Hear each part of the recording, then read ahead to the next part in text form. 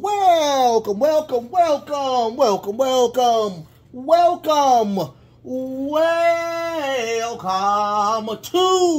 WrestleCram. This is your boy, the host, with the most, but humble. I do mean humble. D Nostradamus, aka Derek, and I am here on a Friday to give you, of course, the great, awesome episode of Friday Night Smackdown. First and foremost, thank you so much for being a part of the show. If you're watching it today, you're watching it tomorrow, you're watching it next week, I truly do thank you so very much. From the bottom of my heart, to the depths of my loins, I truly do thank you. Without you guys, it truly wouldn't be me. If you do anything else for me other than watch the show, go ahead and hit the thumbs up button. Hit that thumbs up button for me. If you want to do anything else for me, go ahead and hit the sub button. We're on the road to monetization. We are. Slowly but surely, we are going to get there. If you want to do anything else for me, go ahead and hit the notification bell. I do seven core shows each and every week. I truly do thank you so much. Go Astros. So anyway, let's talk about it. Let's talk about Smackdown, October 14th, 2022. I wouldn't have put anything else on this show. When I tell you this show was so good, it's better than the water that I'm drinking out of one day. So good. So good. I wouldn't have changed anything on the show. Even though I hate jobbers, I wouldn't have changed anything on the show. That's how good this show was. So good. So very good. I tell you, Triple H and the new administration that they have going on right now is ridiculously good. And it makes no sense how good WWE has been now, since we have a new vision, a new face. Everything is running on all cylinders. And I tell you, from the craziness that we have been through in June, when we had the accusations and all of that, and the stepping downs, until we had the AEW stuff with the EVPs and Punk. It's crazy how great wrestling is now. Hands down, it is really, really good. And WWE is still the leader, the number one leader in everything that consists of when it comes to wrestling. And this show is telling you that this is the number one show in any wrestling organization. I just wanted to say that before I start, because, man, the ending was so good. So good.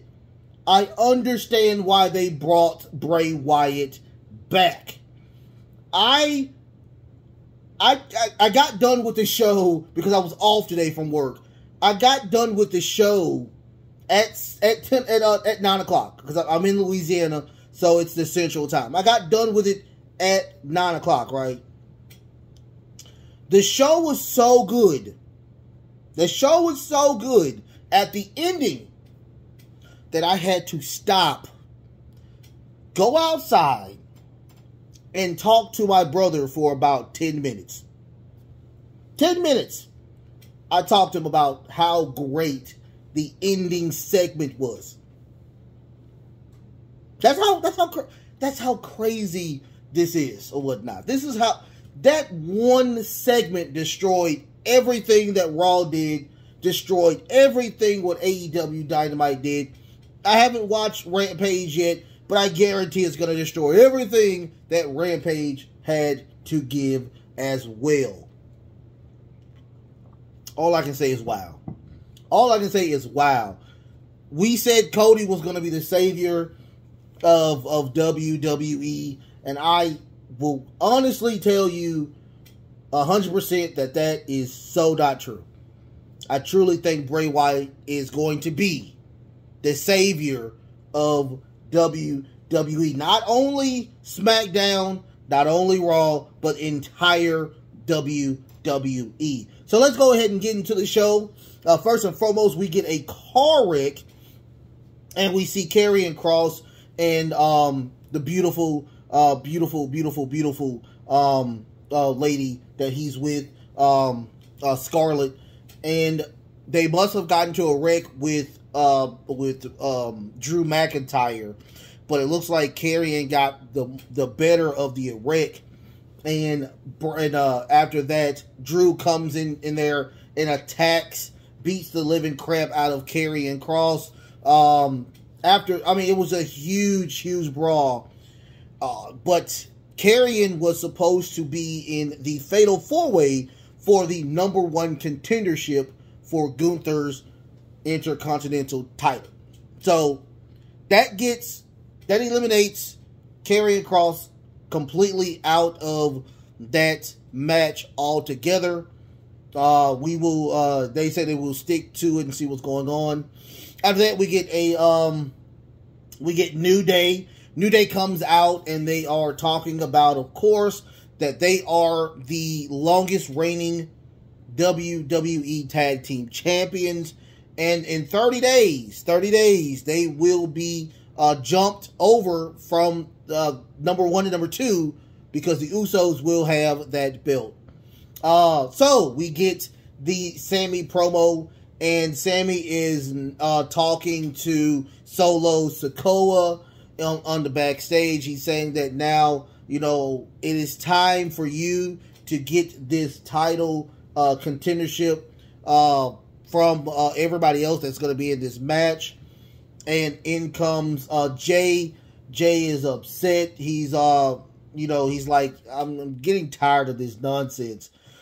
So they talk about what happened Monday, and he was like, dude, you said you had it yourself. Sammy's like, I understand that what I said, I had it myself, but you still should have helped me. You still should help me regardless of the situation. You should have helped me. So we get a telephone call from Roman Reigns telling Sammy to give the phone to Jay and informing him that he is supposed to win Monday. Make sure he does today. He is going to be facing Kofi Kingston. So Jay gives the phone back to Sammy. They have a joke or whatnot. Jay's like, what are y'all talking about? He's like, it's an inside joke. Don't worry about it. So Sammy goes to the ring to face Kofi Kingston. And it was a pretty decent fight. It was a very long fight. It had to be about a good 15-minute match. So we got a beautiful SOS, which I haven't seen in a very long time. Jay interferes. We get a beautiful Blue Thunder Bomb. I love that Blue Thunder Bomb. Why is that not his finish? But anyway, I digress. I know that the Halula kick is his finish, but let that be his finish as well. I mean, I love how he does the Blue Thunder Bomb. So after that, that he does kick out, Jay tries to distract again. We get a roll up from Jay. He flips him over, and Jay comes in and kicks the stomach, I'm guessing of Sammy, flipping it over again for Sammy to win the match. After that, we get a emotional Rey Mysterio telling Triple H that I'm not going to attack my son. I refuse to attack my son. I think it's time for me to go ahead and quit. Triple H like, no, hold on, wait a minute. Let's see what we can do. Come into the office. Let's talk. So they talk pretty much for the entire show. After that, we get Roxanne Perez, and she is talking to Chauncey and Raquel Rodriguez. She does ask Raquel Rodriguez to be the opponent for Cora Jade at Pick Your Poison on Tuesday, which I will be. We're doing a review of.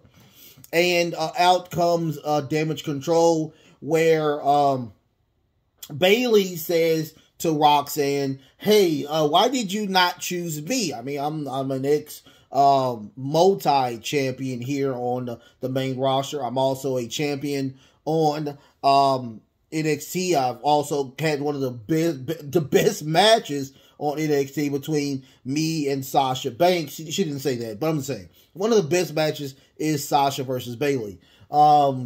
It's like, why didn't you choose me? Well, I was going to choose her because you aren't winning. You lost multiple times. So she's like, you know what? I'm tired of this. Damage Control is going to face all three of y'all tonight. So they will get a triple threat, which was a really good match as well. After that, we get Braun Strowman versus Jobbers, and we finally get some names. Because usually they don't, if it's kind of fast, they don't give out names. But we finally got names that go around. James Murdoch and Brian Thompson. How generic can you get? But a very quick match. But out comes Omos and, of course, MVP to watch the match. Omos has a beautiful suit on. That's why I knew that wasn't going to happen. That interferes. I'm guessing one of the jobbers attacked Braun Strowman from the back. He gets a super power slam. And the other gentleman gets a not so good power bomb, but he does fix it and does a crazy power bomb to pin both of them. MVP gets on the mic and says, "Dude, you are a great specimen. Great. You look good," and he does look good. I mean, he is jacked. I mean, jacked. And he's saying that, but compared to you, Omos is still the superior athlete. I beg to differ, but I digress on that one as well. So they walk away. We don't get an announcement yet, but I guarantee that Omos and MVP are going to challenge Braun Strowman to a match at Crown Jewel. I can't wait to see that as well. I love Omos. I also love Braun Strowman. I want to see what happens with this storyline because I'm guessing that Braun Strowman is on now SmackDown. He's a SmackDown person. And Omos is, of course, he's a Raw person. So after that, we get Sammy and Jay. We get Sammy talking to Solo, and Jay comes in and says, "Well, you're welcome for the win that happened." And he's like, "What are you talking about? I won by myself. I mean, I don't understand what you're talking about." So Jay asks Solo, and so he's like, I don't see what you did or whatnot. I see Sammy win, but I don't see what you did to make yourself the winner." So Sammy is motivating, of course, Solo Sikoa in the Fatal 4-Way. It's gonna be him. It's gonna be Solo, Ricochet, Karrion Kross, and Sheamus for that #1 contendership shot. After that, we get LA Knight, not Max, not Dupree, or whatnot. We get LA Knight or whatnot, and or Eli Drake, because he was Eli Drake in Impact, which he was really good. I love Eli Drake, but he will fight Mansoor today, and we got a lot of interference from Marseille and also his sister Maxine Dupree. And he was like, "You wouldn't hit a girl. You wouldn't hit a girl, would you?" So Mansoor attacks him from trying to get past Marseille and Maxine Dupree. They get back into the ring, of course, and he has a crazy special. It looks like a stunner, but it's not a stunner. It's called the what is it called? It's called the BFT, blunt force trauma, and it's like a stunner, but instead of him dropping on the neck, he brings your face all the way to the ring. It's not a friendly special, but of course LA Knight did win, and LA Knight gets on the mic and talks about, they're in New Orleans. They're in Louisiana. Shout out to Smackdown being in my home state of Louisiana. And he says, "You inbred swamp dwelling people, I was like, oh my God. We're not all inbred swamp people, okay? Trust me. We love gumbo, and gumbo is good, but we're not all inbreds, okay? Not all of us, okay? Some of them are, but, you know. But he says, I'm putting all the superstars on notice. He said, punch your ticket. He said, I am here for titles, which he should be facing titles for. After that, we get Damage Control versus Shanti, Raquel Rodriguez, and Roxanne Perez. This was a very, very great match. Well, we got a lot of suicide dives and sentons off the top. What happened was, what's her name? I'm sorry. Raquel was about to do a Tejana Bomb on Dakota Kai, but Io Sky does save her by doing a beautiful springboard moonsault off the ring onto them on the outside. We get Shanti. Shanti gets on the top rope, does a beautiful splash off of everybody as well, clearing everybody from the ring. Now it's only Bayley and Perez there. Beautiful, probably 5-minute spots. We get a beautiful Hurricane Rana off the top rope by Perez. We also try to get a Rose Plant, but that did not happen. It gets rolled up into a nice little suicide, not suicide, but a schoolboy. But Bayley does flip it and gets the win like that. They do roll off of the thing. Now, we don't know who Perez is going to face, but we do know who, of course, I said Jade, the other young lady is going to be. I just said her name, I'm sorry. So we will know who she's going to face. She's going to face, of course, Raquel Rodriguez. Cora Jade. After that, we get a promo from Sonya Deville. And when I, no, we don't.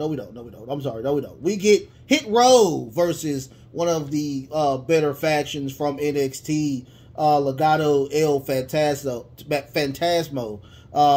And I will tell you, it was a really great match. We get, I thought that we were not going to get Selena Vega and, of course, Santos Escobar, but we did get those. They did not come out with the other two gentlemen of El Fantasmo, but they do. Santos Escobar, he does grab B-Fab. No, I'm not B-Fab. He grabs Adonis, attacking him, eliminating him from the equation. Selena Vega attacks, of course, B-Fab, eliminating her from the situation, having nothing but top dollar in the ring. They do a really nice finishing and to win the match. Of course, Santos and Selena Vega come back in. They show love for everybody. He actually tells the ref to go away. I will raise the hands of my group. I cannot wait to see what they do with this group. I mean, it looks like it's going to be a better version of what's going on in AEW with Andrade. Like it's going to be a better little faction, and I can't wait to see that. Remember, my very first episode of My 2 Cent is saying that factions are good. They are good for any company, and I'm happy that WWE is putting people in factions. I mean, it's great to see that. I'm happy from the bottom of my heart. They're looking at the show. They gotta be looking at my shows. They got to. Hands down, they have to be looking at the shows. And now after that, we get Sonya Deville. Sonya Deville is talking about Liv Morgan and how she's failed numerous times over and over again as champion, losing the belt, of course, to Ronda Rousey. So Liv is done listening to everything she's talking about. She attacks Sonya Deville, puts her on a table. She gets on the top of equipment and does another senton on Sonya Deville. making her go crazy. I'm guessing she's an extreme type person now. But the stuff we saw right there is the stuff we should have been seeing on Extreme Rules, for crying out loud. I mean, even though it was a decent match, but we should have seen some more of that than all the other stuff. But I'm not a big fan of Ronda Rousey wrestling anyway. I'm not a huge fan of how she wrestles.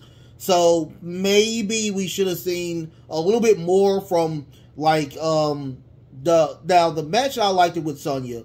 I mean, not Sonya, with Liv Morgan was Shayna Baszler. That was a really decent match because Shayna Baszler actually knows how to wrestle or whatnot. And, you know, no disrespect to Ronda, but it's just, you know, I'm not feeling it and whatnot with her when it comes to her in wrestling. But I digress. After that, we get the main event, which was the Fatal 4-Way between Ricochet, Sheamus, Solo, Sikoa, and it was not Karrion Kross. Karrion Kross was too injured to compete, so they put in Rey Mysterio. And Triple H has announced that Rey Mysterio is no longer part of the Raw brand. He is part of the Smackdown brand to get away from, you know, Judgment Day, which is funny because Judgment Day can just come to SmackDown. I mean, that's kind of how it works. But anyway, I digress. It was a really decent match. I enjoyed a lot of everything Ricochet does. Everything he touches turns to gold. Just like I said, if it's the top two people I think that should take that belt off of Roman is either Sami Zayn or Ricochet. One of those two should be taking that belt off of Roman. Hands down. I'm sorry. It's just my opinion. But we did get where Solo was really close to getting the win, but Sheamus was getting continuously knees to Solo. Also, that Irish curse backbreaker. And after that, we get Jay. Jay comes in to interfere. Also, Sammy comes in to interfere. They attack Sheamus. They throw him outside the ring. Out comes the Brawling Brutes. The Brawling Brutes, they all start attacking one another, bringing a feud in. Thank you. Now we have the Brawling Brutes in the Bloodline. Thank goodness. Thank goodness. Now Sheamus might just get an opportunity to face Roman. But that clears up everything just for him being now with Ricochet and Rey Mysterio. Rey Mysterio attempts a 619. That does not happen. We get a reverse Hurricanrana onto Ricochet. That was a very creepy looking a reverse Hurricanrana. Putting him back into the notion to put the 619 on. He does connect with the 619. He gets on the top rope. He does the Eddie Guerrero stuff, and he does the 5-star frog splash onto Ricochet for him to be the #1 contender for Gunther's Intercontinental title. Very, very great match. Great show. Great show. But that's not even the end of the show, you guys. We get finally Bray Wyatt and his first promo on TV. So, he comes on, he gets into the ring. Beautiful entrance. Beautiful music. Great music. I mean, I don't even know what that music is, but it's really good that they did. They did all out for Bray. So Bray gets in the ring and he's bawling. He's crying. I am almost crying because it's just so sentimental of what he was talking about and how much emphasis he was putting on it. He was talking about the people that he would talk to, the love that he was getting when he's walking out and talking to people, the people he's lost to COVID. Of course, Brody Lee, one of his really close friends he lost.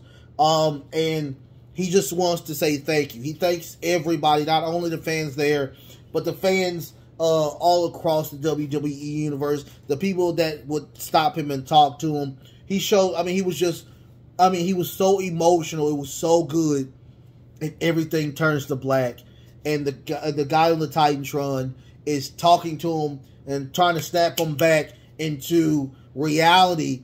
So I am loving everything they are doing with Bray. So when we see Bray again, it's not going to be happy Bray. It's going to be crazy person Bray. And I love this schizophrenic type feel from the storyline that we're going to get from Bray Wyatt. It was so good, it makes no sense.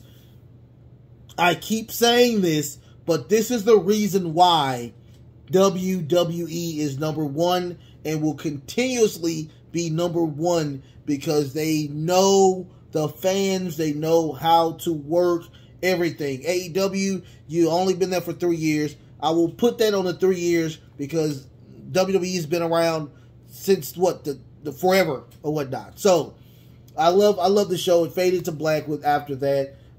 Dude, I loved it. It was a great show. I wouldn't have changed anything on this show. Not one thing I would have changed. Hands down, really, really good show. Y'all like, share, and subscribe. Send it to people you like. Send it to people you don't like. Send it to, well, the people that you don't like, send it to them that are wrestling fans so we can get to know them. And maybe y'all can be friends again. You know, maybe something happened on your end. And, you know, so now, you know, I'm going to be the person that make you friends again. How about that? So I love y'all so much. I love y'all so much. Stay tuned. I will be doing, of course, AEW Rampage. Until next time, love, peace, and of course, wrestling.